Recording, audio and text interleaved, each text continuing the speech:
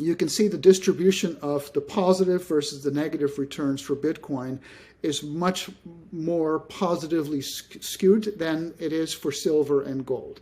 And so to me, this is why Bitcoin is kind of the new version of gold and silver, is because of its convexity. It's like a more convex version of gold because of its network effects and its increased scarcity, that this has become kind of the leader in terms of hedging against monetary inflation.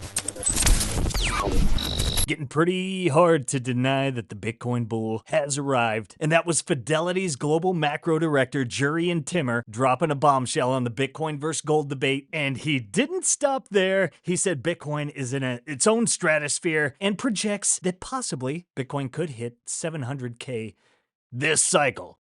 Is he insane? I don't know. We got a lot to cover. Let's get it.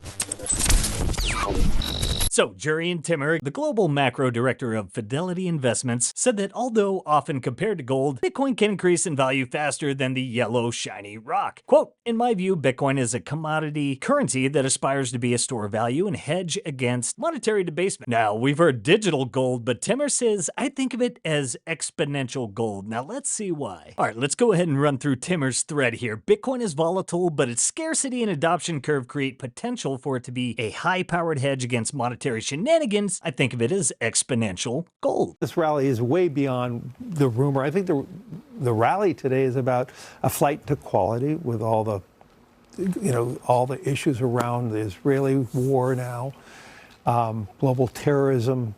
And I think there's more people running into a flight to quality, whether that is in treasuries, gold, or crypto, depending on how you think about it. And I believe crypto will play that type of role as a flight to quality. Next, he gets into Bitcoin's adoption. Is one of the attributes of Bitcoin is that it's a network asset, and as such, its adoption curve has followed the typical S-curve shape. We've seen many of these throughout history, but man, that Bitcoin line is pretty steep. So where is Bitcoin along the S-curve? A network asset value driven by its adoption, so the slope of that curve does matter. As we know, the supply of Bitcoin is already fixed, set, its monetary schedule is known. The only variable then to add in is demand. And Timmer may echo some of us. When we first went down the Bitcoin rabbit hole, its adoption curve, which he defines as the number of non-zero addresses, was very steep. It resembled the S-curve for mobile phones during the 1980s and 90s, also echoing Michael Saylor, who called that one, and was one of the first ones on Wall Street to get in, other than Jurrien Timmer, because Fidelity got involved in 2015, even been mining as far back as such. So let's get into more of what Timmer was talking about. Bitcoin is exponential gold, but what makes it valuable? Well, monetary debasement. I mean, Bitcoin was designed to be the safe haven. Now, more into Timmer's projections as he hints at a bullish Bitcoin future. If history rhymes, say it followed 2011 and 2013 trends, he believes this could catapult Bitcoin to 700K. A more modest outlook, mirroring 2017, suggests a rise to 200, 300K. We talked about yesterday, we kind of talk about it all the time, but there appears to be an awakening to the understanding that there is Bitcoin, and then there's everything else from Larry Fink, and we got more of that coming. Michael Saylor, this FTX debacle was a great advertisement for why Bitcoin and not crypto, but right here, and this is, again, Jurrien Timmer. He created this risk-reward chart for investment assets, and the report stated that Bitcoin's risk-reward is in a different universe, and they're not wrong. Well, I mean, think about FTX. I mean, you could look back now. FTX created it. Its failure was it's creating its own token. It was not a DeFi.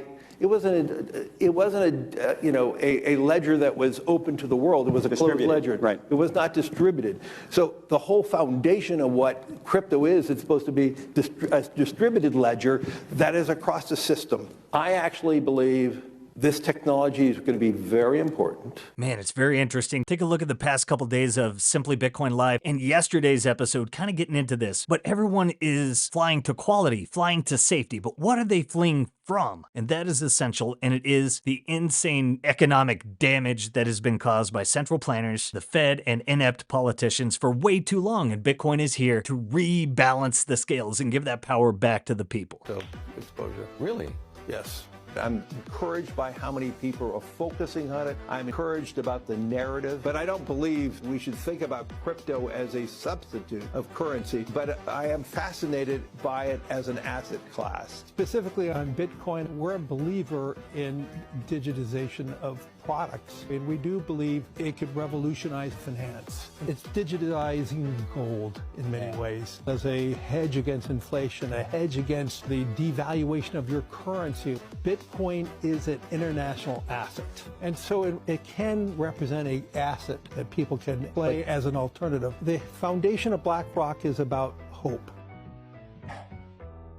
The institutional floodgates are about to open, and it is epic that we've had the opportunity to front-run these people. But be sure to self-custody your Bitcoin, get them off exchanges, and if you need any help using Bitcoin best practices or have questions on what wallets, what nodes, things of that nature, well, we got just the guys to get you started. As your dedicated Bitcoin IT team, the Bitcoin Way is here to guide you from start to finish on your journey to properly self-custody your Bitcoin. What's more, they've recently introduced 100% privacy-focused collaborative custody services where you benefit from advanced multi-sig security, inheritance planning, and much more while remaining 100% in control. Book a free 30-minute call to get started using that link below. So much major bullish news coming out the past few weeks, and it looks like Vanguard and Vaneck and Blackrock are kind of projecting the ETF to be approved by the end of this month. So buckle up, guys. Make sure to like, subscribe, share that sound money gospel. We got some more fun stuff coming your way this weekend, so make sure to set those notifications and follow us on Twitter where we're getting all the breaking news out there. Follow All Things Simply, and we will be your guide through the peaceful Bitcoin revolution. I'll catch you all tomorrow.